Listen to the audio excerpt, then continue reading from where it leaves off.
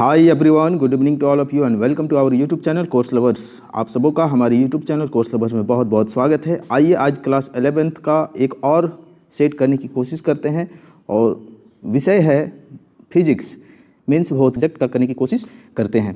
ठीक है, तो इससे पहले कि चैनल पर यदि आप लोग नए हैं तो चैनल को सब्सक्राइब करके बेल आइकन को प्रेस कर लीजिए ताकि आने वाले जो वीडियो है आप तक आसानी से पहुँचता रहे। तो चलिए आज का फिजिक्स सब्जेक्ट का ये 40 क्वेश्चन का MCQ set practice model question paper आप लोगों का सॉल्यूशन करवाने की कोशिश करते हैं। शुरू करते हैं क्वेश्चन नंबर 1। ठीक है ना। क्वेश्चन नंबर 1 क्या कहता है कि भौतिकी के लिए नोबेल पुरस्कार जीतने वाला एक भारतीय वैज्ञानिक है। इसको इंग्लिश में बोले तो an Indian scientist who won Nobel prize for physics is J C Bose, H J. Bhabha, M N. Saha, sir C V. Raman. तो किसने भौतिकी के लिए नोबेल पुरस्कार जीतने वाला एक भारतीय वैज्ञानिक है, कौन है? तो इसका राइट आंसर हो जाएगा डियर स्टूडेंट्स एच.जे. भाभा। क्या हो जाएगा राइट आंसर? एच.जे. भाभा। ये आपका राइट आंसर है। इसको नोबेल पुरस्कार मिला था फिजिक्स के लिए। ठीक है, आइए क्वेश्चन नंबर 2 पे चलते हैं। निम्नलिखित में से कौन इकाई प्रणाली नहीं है? विच of the following is not a system of units? Option है MKS, CGS, SI, डेसिबल। कौन सा ऑप्शन राइट हो जाएगा सेकंड का? तो सेकंड का राइट ऑप्शन है डेसिबल। क्या हो जाएगा? Decibel. Decibel is the right answer. निम्नलिखित में से कौन इकाई प्रणाली नहीं है? तो डेसिबल इकाई प्रणाली नहीं है। आइए क्वेश्चन नंबर 3 पे चलते हैं। एसआई प्रणाली में मौलिक इकाइयां है। एसआई प्रणाली में मौलिक इकाइयां है। इसको इंग्लिश में बोले तो in SI system the fundamental units are. क्या है? पहला नंबर ऑप्शन है metre, kilogram, second ampere, kelvin, mole और कैंडेला। बी नंबर है मीटर, किलोग्राम, दूसरा कूलम, केल्विन, मोल और कैंडेला। सी नंबर है metre, newton, second ampere, kelvin, mole और कैंडेला। डी नंबर है metre, kilogram, second ampere, kelvin, mole और flux. तो क्या हो जाएगा? एसआई प्रणाली में मौलिक इकाइयां है, क्या है? तो थर्ड का राइट आंसर देखिए, मौलिक इकाइयां है metre, kilogram, second ampere, kelvin, mole और कैंडेला। ये ए नंबर वाला ऑप्शन आपका सही हो जाएगा। ठीक है, ये एसआई प्रणाली में मौलिक इकाइयां हैं। तो आइए अब हम लोग नेक्स्ट पेज पे चलते हैं क्वेश्चन नंबर 4 के लिए। ये आपका नेक्स्ट पेज है। आइए अब हम लोग क्वेश्चन नंबर 4 को देखते हैं। एक वाह्य आधी दूरी v1 की चाल से और आधी दूरी v2 से तय करता है तो उसकी औसत चाल है। क्या होगा औसत चाल? एक वाहन आधी दूरी v1 की चाल से और आधी दूरी v2 से तय करता है तो उसकी औसत चाल है। क्या होगा? कौन से फॉर्मूला से ये औसत चाल निकलेगा इसका? 4th का।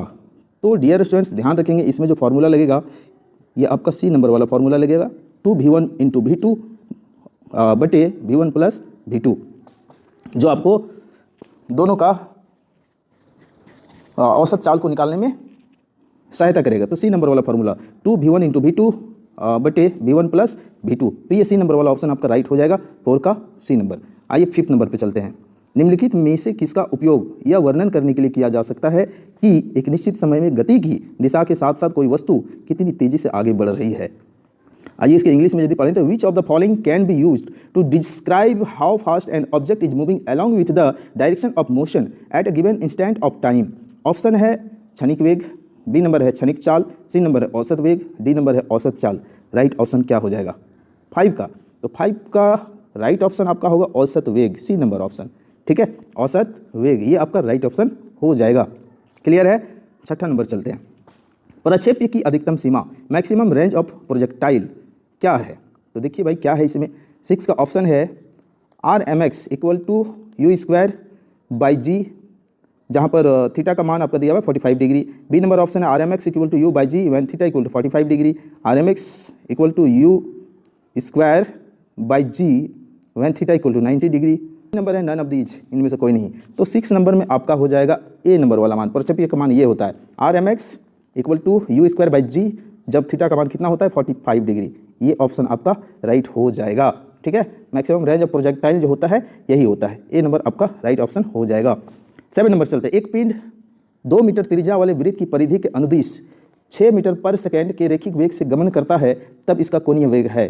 क्या होगा कोणीय वेग? ए नंबर है 6 रड RAD पर सेकेंड, 3 RAD पर सेकेंड, 2 RAD पर सेकेंड और 4 RAD पर सेकेंड।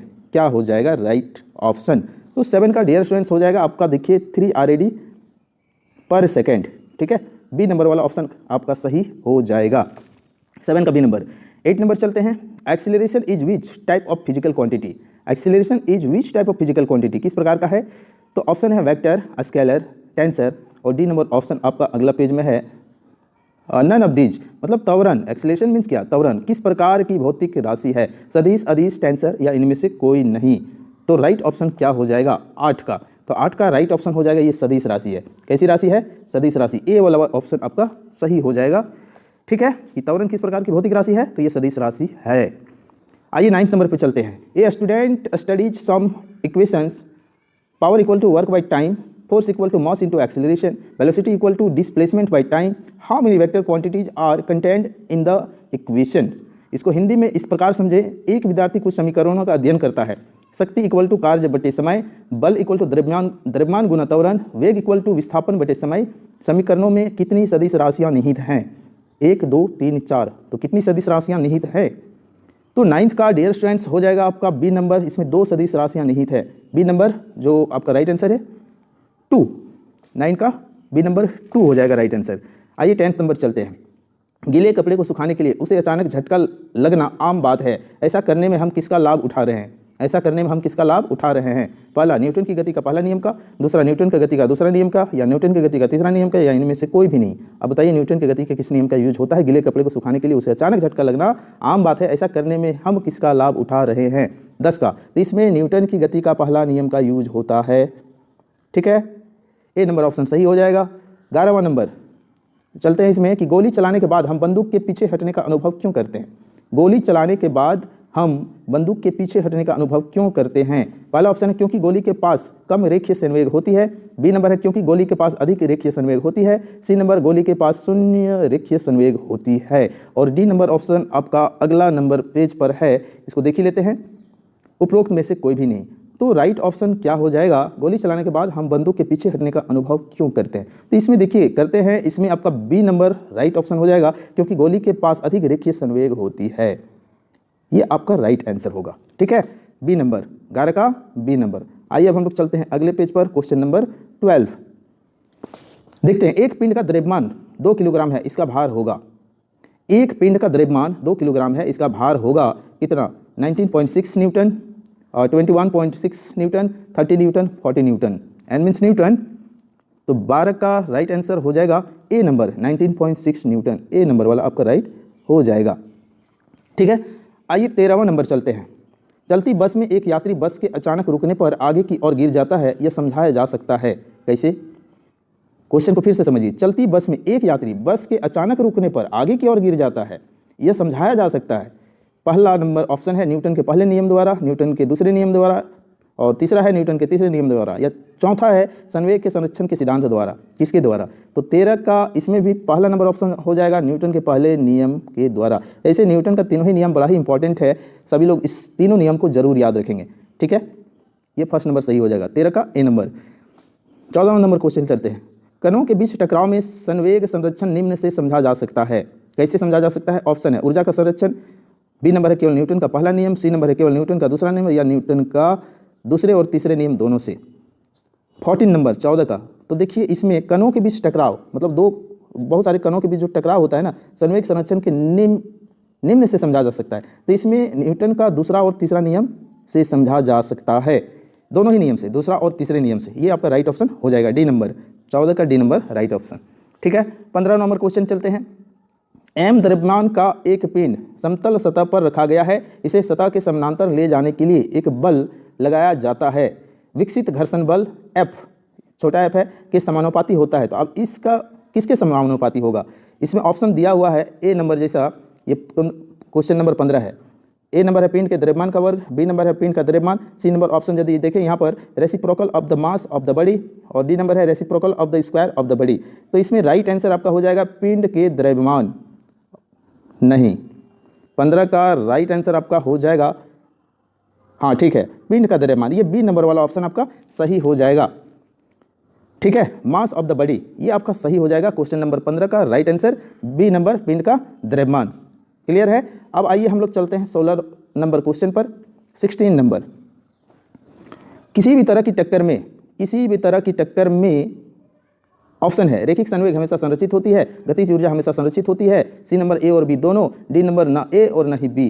तो 16 का राइट आंसर हो जाएगा इसमें ए नंबर, रेखिक संवेग हमेशा संरक्षित होती है, रेखिक संवेग हमेशा संरक्षित होती है। तो 16 का ए नंबर राइट आंसर हो जाएगा। 17 नंबर क्वेश्चन चलते हैं। स्थितिज ऊर्जा बराबर द्रव्यमान गुना डैश गुना ऊंचाई। ये तो फॉर्मूला है, जिसको फॉर्मूला याद होगा वो बना सकते हैं, भर सकते हैं, इसको ऑप्शन चुन सकते हैं। तो 17 का राइट आंसर क्या होगा? स्थितिज ऊर्जा इक्वल टू मीन्स इसको potential energy equal to mass into dash into height. तो राइट आंसर हो जाएगा इसमें आपका, देखिए ग्रेविटेशनल एक्सेलरेशन होता है जिसको गुरुत्वीय त्वरण कहते हैं, ठीक है ना। ये आपका हो जाएगा एक्सेलरेशन त्वरण, मास इंटू एक्सेलरेशन मतलब गुरुत्वीय एक्सेलरेशन इंटू हाइट। ये आपका हो जाएगा राइट आंसर डी नंबर, 17 का डी नंबर राइट ऑप्शन। आइए 18 नंबर पे चलते हैं। बल विस्थापक ग्राफ के अंतर्गत क्षेत्रफल बराबर होता है। बल विस्थापक ग्राफ के अंतर्गत क्षेत्रफल बराबर होता है किसका? आवेग का, गति का, कार्य का, या इनमें से कोई भी नहीं। तो 18 का राइट आंसर आपका हो जाएगा कार्य, सी नंबर। वर्क डन होता है इसमें। बल विस्थापक ग्राफ के अंतर्गत क्षेत्रफल बराबर होता है किसका? ना कार्य का होता है, ठीक है। 18 का सी नंबर। आइए हम लोग 19 नंबर क्वेश्चन की ओर बढ़ें। 19वां नंबर प्रश्न, किसी पिंड पर लगने वाला टॉर्क किसका घूर्णी अनुरूप है? किसका घूर्णी अनुरूप है? द्रव्यमान का, बल का, वेग का, गतिज ऊर्जा का। तो 19वां नंबर इसमें देखिए बल का होता है, ठीक है। बी नंबर ऑप्शन आपका सही हो जाएगा। किसी पिंड पर लगने वाला टॉर्क किसका घूर्णी अनुरूप है? अब इंग्लिश ऑप्शन यदि देखिए तो मास का, फोर्स का, वेलोसिटी का, या काइनेटिक एनर्जी का। तो ये फोर्स का होता है जो बल होता है। अब 20वां नंबर क्वेश्चन की ओर चलें। जड़त्व, आघूर्ण और कोणीय त्वरण के गुणनफल द्वारा कौन सी भौतिक राशि प्रदर्शित की जाती है? पहला ऑप्शन है द्रव्यमान का केंद्र, बी नंबर है टॉर्क, सी नंबर है कोणीय संवेग और डी नंबर है रेखीय संवेग। तो राइट ऑप्शन इसमें क्या हो जाएगा? 20 का। तो राइट आंसर इसमें टॉर्क होगा, ठीक है। जड़त्व, आघूर्ण और कोणीय त्वरण के गुणनफल द्वारा कौन सी भौतिक राशि प्रदर्शित की जाती है? तो टॉर्क, ये भौतिक राशि के अंतर्गत आएगा। अब हम लोग चलते हैं अगले क्वेश्चन पर 21। यदि कोई पिंड अपने द्रव्यमान के केंद्र से गुजरते हुए एक अक्ष पर घूम रहा है तो इसका कोणीय संवेग किस दिशा में होगा? त्रिज्या, स्पर्श रेखा, परिधि या घूर्णन की धुरी। ये 4 ऑप्शन हम लोगों के सामने है, राइट आंसर हम लोगों को चुनना है। तो 21 का राइट आंसर क्या होगा? यदि कोई पिंड अपने द्रव्यमान के केंद्र से गुजरते हुए एक अक्ष पर घूम रहा है तो इसका कोणीय संवेग किस दिशा में होगा? घूर्णन की धुरी की दिशा में, घूर्णन की धुरी की दिशा में, जो कि डी नंबर में है।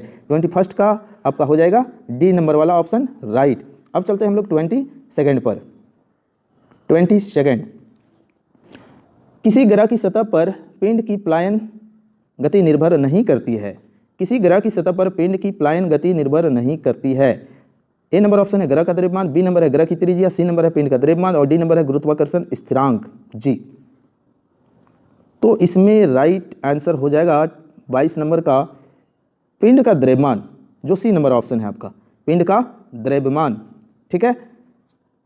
अब चलते हैं 23वां नंबर क्वेश्चन। पृथ्वी की सतह पर गुरुत्वाकर्षण के कारण त्वरण, ऑप्शन है ध्रुव पर अधिकतम, भूमध्य रेखा पर अधिकतम, ध्रुव पर न्यूनतम, ध्रुव और भूमध्य रेखा दोनों पर समान। तो पृथ्वी की सतह पर गुरुत्वाकर्षण के कारण त्वरण, अब इसका ऑप्शन क्या सही हो जाएगा?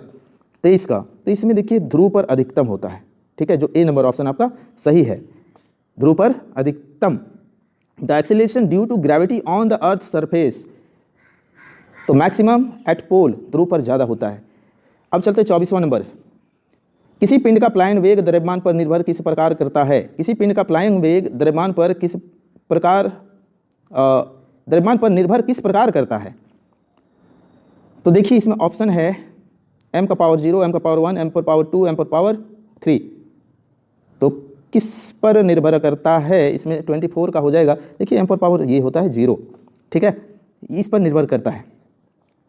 आइए अब हम लोग चलते हैं 25 नंबर। हाइड्रोलिक ब्रेक निम्न के आधार पर काम करते हैं। Hydraulic breaks work on the basis of, किसके बेसिस पर? अब इसमें देखिए आपका पॉइसोली लॉ होता है। पॉइसोलीज लॉ मतलब पॉइसोलीज के कानून होते हैं, पास्कल का नियम, फिर आर्किमिडीज का सिद्धांत और बर्नौलीज प्रिंसिपल। तो इसमें राइट आंसर होगा 25 का, इसमें पास्कल का नियम लागू होता है, ठीक है। पास्कल का नियम जो आपका बी नंबर में है, 25वां नंबर का बी नंबर आपका सही आंसर हो जाएगा। आइए अब हम लोग नेक्स्ट क्वेश्चन पे चलते हैं 26 नंबर पे। कोई पिंड किसी श्यान द्रव में स्वतंत्र रूप से गिर रहा है, अंत में यह होगा, क्या होगा? एक निरंतर वेग के साथ गिरता है, या फिर घटते वेग के साथ गिरता है, या बढ़ते वेग के साथ गिरता है, या तरल में आराम करने के लिए आता है। तो 26 का राइट आंसर क्या होगा? देखिए 26 का राइट आंसर हो जाएगा ए नंबर, एक निरंतर वेग के साथ गिरता है, ठीक है, एक निरंतर वेग के साथ वो कंटिन्यूअसली गिरता रहता है। तो ये आपका 26 का हो गया। 27 नंबर चलते हैं। श्यान बल निर्भर नहीं करता है। The viscous force does not depend upon, किस पर डिपेंड नहीं करता है।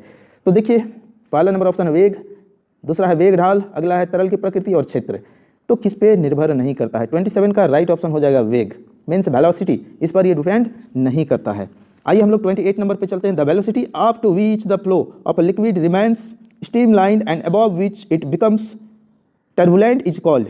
First number option critical velocity, B number है terminal velocity, C number velocity gradient और डी नंबर है none of the above.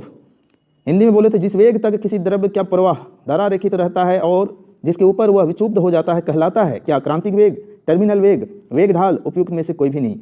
28 right option क्रांतिक वेग कहलाता है। ठीक है, ए नंबर ऑप्शन सही हो जाएगा आपका। 29 नंबर चलते हैं। एक स्टील के तार पर 2 किलोग्राम भार लादा जाता है, यदि तार की त्रिज्या दोगुनी कर दी जाए तो उसका विस्तार हो जाएगा। तो उसका विस्तार हो जाएगा, कितना हो जाएगा, हाफ, 4 टाइम्स, 1/4 या फिर डबल, क्या हो जाएगा 29 का। तो देखिए इसमें राइट आंसर हो जाएगा 1/4, 1/4, सी नंबर वाला ऑप्शन सही हो जाएगा। 29 का सी नंबर 1/4 इसका राइट आंसर हो जाएगा। अब हम लोग चलते हैं 30 नंबर क्वेश्चन पे। ठीक है, 30 नंबर क्वेश्चन पर सर्वोत्तम आदर्श कृष्णिका है। सर्वोत्तम आदर्श कृष्णिका है क्या। चारकोल का दीपक उच्च तापमान पर गर्म किया जाता है, या काले रंग के साथ लेपित धातु, या कांच की सतह कोल्टर के साथ लेपित, या खोखले बाड़े के अंदर काला हो गया और एक छोटा छेद हो गया। तो सर्वोत्तम आदर्श कृष्णिका है क्या है भाई। 30 का राइट आंसर, इसमें देखिए राइट आंसर खोखले बाड़े के अंदर काला हो गया और एक छोटा छेद हो गया, ये राइट आंसर है आपका। ठीक है, डी नंबर। तो 30 का डी हो गया। 31 चलते हैं हम लोग। किसी गैस के 1 मोल के लिए ताप T पर गैस के अणुओं की स्थानांतरित गतिज ऊर्जा होती है, क्या होती है। 3/2 RT, 9/2 RT, 1/3 RT या 5/2 RT। 31 तो 31 का राइट आंसर हो जाएगा 3/2 RT, जो ए नंबर में है आपका 3/2 RT। ठीक है, तो ये आपका राइट आंसर हो गया। अब चलते हैं हम लोग 32 पर। निम्नलिखित में से कौन सा पैरामीटर पदार्थ की थर्मोडायनेमिक स्थिति की विशेषता नहीं है।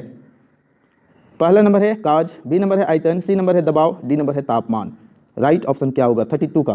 तो 32 का राइट आंसर हो जाएगा काज, ए नंबर।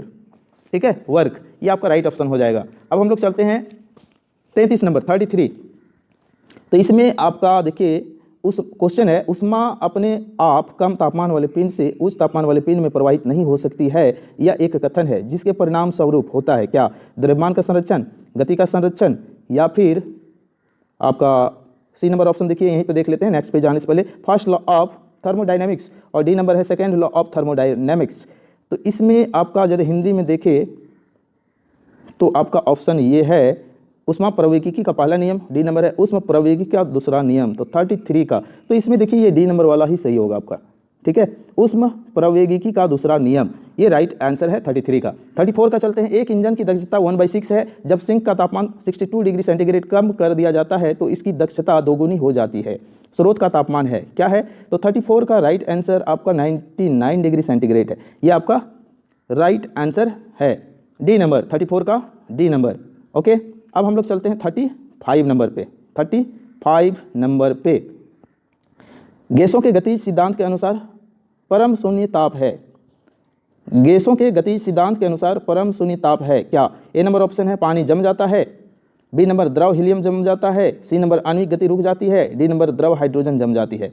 क्या आपका राइट आंसर हो जाएगा। तो 35 का राइट आंसर आणविक गति रुक जाती है, ये सी नंबर ऑप्शन आपका सही हो जाएगा। ठीक है, अब चलते हैं 36 पे। 36 में बोल रहा है कि गैसों में ध्वनि रंग होती है। गैसों में ध्वनि रंग होती है कैसी, केवल अनुदैर्ध्य, केवल अनुप्रस्थ, सी नंबर ए और बी दोनों, डी नंबर इनमें से कोई नहीं। तो 36 का राइट आंसर हो जाएगा इसमें केवल अनुदैर्ध्य, ये आपका राइट आंसर हो जाएगा। गैसों में ध्वनि तरंग होती है, केवल अनुदैर्ध्य तरंग, जिसको हम लोग कहते हैं लॉन्गिट्यूडिनल ओनली। ठीक है, ए नंबर 36 का ए नंबर राइट आंसर हो गया।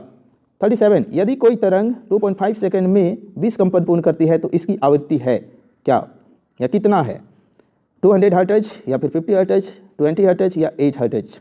37 का, तो इसमें देखिए 8 हर्ट्ज होता है। ठीक है, जो डी नंबर में आपका राइट आंसर है 37 का डी नंबर। आइए अब हम लोग चलते हैं नेक्स्ट पेज पे 38 नंबर क्वेश्चन के लिए। 38 नंबर क्वेश्चन, यदि लोलक 1 मिनट में 78 बार दोलन करता है तो उस लोलक की आवृत्ति होती है, कितनी होती है। 2 हर्ट्ज, 1.5 हर्ट्ज, 1.3 हर्ट्ज, 1.2 हर्ट्ज। 38 का, तो इसमें देखिए 1.3 हर्ट्ज, ये आपका राइट आंसर हो जाएगा। यदि लोलक 1 मिनट में 78 बार दोलन करता है तो उस लोलक की आवृत्ति होगी 1.3 हर्ट्ज, जो आपका सी नंबर में सही है। 38 का सी नंबर राइट हो जाएगा। ठीक है। 39 नंबर, निम्न में से कौन सा सरल आवर्त गति के लिए आवश्यक नहीं है? निम्न में से कौन सा सरल आवर्त गति के लिए आवश्यक नहीं है? पहला नंबर गुरुत्वाकर्षण, बी नंबर पुनस्थापन बल, सी नंबर जड़ता, डी नंबर सामग्री माध्यम। 39 का, तो 39 का राइट आंसर है ए नंबर गुरुत्वाकर्षण। ठीक है। 40 नंबर चलते हैं। SHM क्रियान्वित करने वाले कण पर प्रत्यानयन बल कार्य करता है। ए नंबर ऑप्शन विस्थापन के सीधे अनुपातिक, बी नंबर विस्थापन के विपरीत अनुपातिक, सी नंबर विस्थापन के समान दिशा में निर्देशित, डी नंबर विस्थापन से स्वतंत्र। तो राइट ऑप्शन क्या हो जाएगा 40 का? तो राइट ऑप्शन हो जाएगा विस्थापन के सीधे अनुपातिक। ठीक है, ये आपका राइट आंसर हो गया। तो डियर स्टूडेंट्स, ये 40 क्वेश्चंस सॉल्व करने की कोशिश किया गया है मेरे द्वारा। उम्मीद करते हैं ये सेट आप लोगों का एग्जाम में बहुत ही हेल्पफुल साबित होगा। तो चलिए आज के वीडियो में इतना ही, मिलते हैं अगले वीडियो में आप लोगों के साथ। तब तक के लिए आप सबको नमस्कार, जोहार।